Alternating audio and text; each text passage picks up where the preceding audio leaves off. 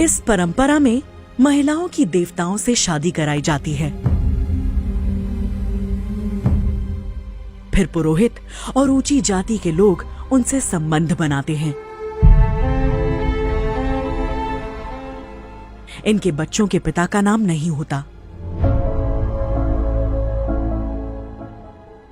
मजबूरन ये वेश्यावृत्ति और भीख मांगकर जिंदगी जीती हैं। देखिए दैनिक भास्कर की खास सीरीज पंथ में।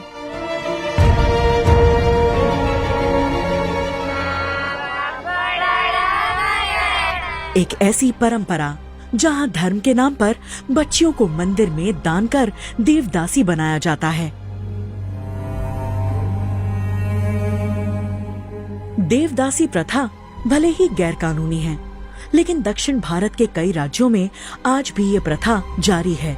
हम बेंगलुरु से 400 किलोमीटर दूर उत्तरी कर्नाटक के जिला कोपल के उक्करकेरी गांव पहुँचे, जिसे देवदासियों का गांव भी कहा जाता है। देवदासी प्रथा यानी कि दर्द और पीड़ा की जीती जागती कहानियाँ उस श्रापित समुदाय की जिंदा लाशें जिन्हें सरकार भुला चुकी है। मणिमाला यानी मंगलसूत्र, हाथ में हरे रंग की चूड़ियां, चांदी के पतले कड़े और पडलिगी यानी बांस की टोकरी इनकी पहचान है।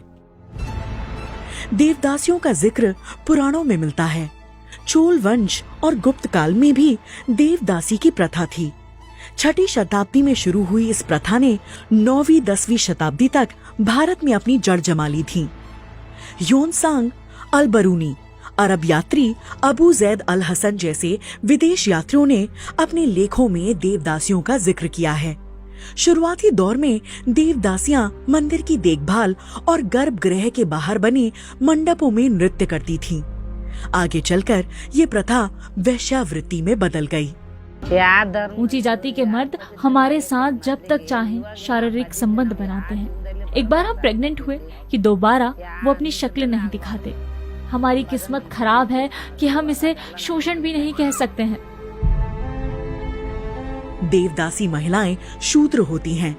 ऊंची जाति के लोग संकट आने का डर बताकर दलित परिवार की लड़कियों को देवदासी बनाते रहे हैं। मैं और मेरी बेटी दोनों ही देवदासी हैं। इसकी दिमागी हालत ठीक नहीं है। इसके साथ कौन रहेगा?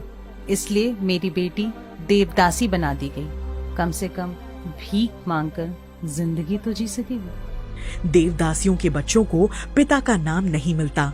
ये केवल अपनी माँ के सहारे जिंदगी काटते हैं। बाप ये कौन बोलता, हमको नहीं देखने को नहीं है। किन बाप बोलते? यही हमारे बाप नहीं बोलना चाहिए, नहीं ले। देवदासी बनने की कोई उम्र तय नहीं होती है। देवदासी बनने के लिए कुछ रीति रिवाज निभाए जाते हैं। मंदिर में सबसे पहले काला कंबल बिछाकर लकड़ी पर बैठाया जाता है। फिर साड़ी, कंगन और चूड़ी पहनाई जाती है। उनके चारों तरफ बांस की टोकरी यानी पडलगी रखी जाती है। फिर 5 देवदासियां हुदो हुदो मंत्र का जाप करते हुए माथे पर आड़ा सिंदूर लगाकर मणिमाला यानी मंगलसूत्र पहनाती हैं, जिसके बाद 5 घरों से भीख मांगकर लानी होती है। इसके बाद वो देवदासी बन जाती है। देश भर में देवदासियों को कई नामों से पुकारा जाता है, जैसे उड़ीसा में महारी यानी महान नारी, कर्नाटक में राजा दासी जोक थी, महाराष्ट्र में मुरली और भाविन। वहीं स्थानीय देवियां यल्लमा, होलगेमा और होसुरमा के नाम पर दलित महिलाओं को देवदासी बनाया जाता है। यह तीनों देवियां बहन हैं, जिनके मंदिरों में आज भी देवदासियां मौजूद हैं। तो इनका कहना है बसम्मा का कि ये अभी 3 साल पहले देवदासी बनी है। तो बसम्मा की जो बात है वो सरकार के दावों की पूरी तरह से पोल खोल रही है। कर्नाटक सरकार ने 1982 में इस प्रथा पर रोक लगा दी थी, लेकिन आज भी कर्नाटक में लगभग 70,000 से ज्यादा देवदासियां मौजूद हैं। और सरकार से इनको खाली 1500 रुपया पेंशन मिलती है। आजकल 1500 रुपया में इनके गुजारा चलना बहुत मुश्किल है। और इनका जो लड़के लोग हैं इनको अलग से ही देखते हैं। इनकी बहुत कठिन परिस्थिति में ये जीवन चला रहे हैं।